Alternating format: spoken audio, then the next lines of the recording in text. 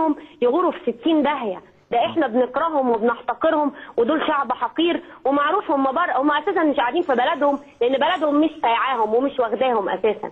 هم موجودين بره في فرنسا فوادين وعاهرات في كل حته. هم ناس مش محترمه بالمره، بكبرهم بصغيرهم بعواجزهم باطفالهم. احنا بنكرههم كلهم ومش عايزينهم، ودي بجد الحاجه اللي حصلت اللي تخلينا بعد كده نعرف ناخد حقنا. وميدو لما كان بيتكلم دلوقتي وبيقول اللي حصل واللي حصل، المفروض كل اللعيبه يبقوا كده، يبقوا زي ميدو وبيتكلموا زيه، لان هم دول اللي هيعرفوا يتعاملوا مع الاشكال دي.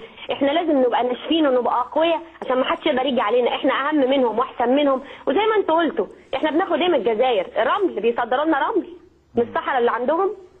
ايه الجزائر؟ مين الجزائر؟ احنا ما نعرفش الجزائر غير من فنانه ماجده اللي عملت فيلم. انا جيل انا ما اعرفش ايه الجزائر، وعمري ما رحتها، وعمري ما افكر اساسا فين الجزائر.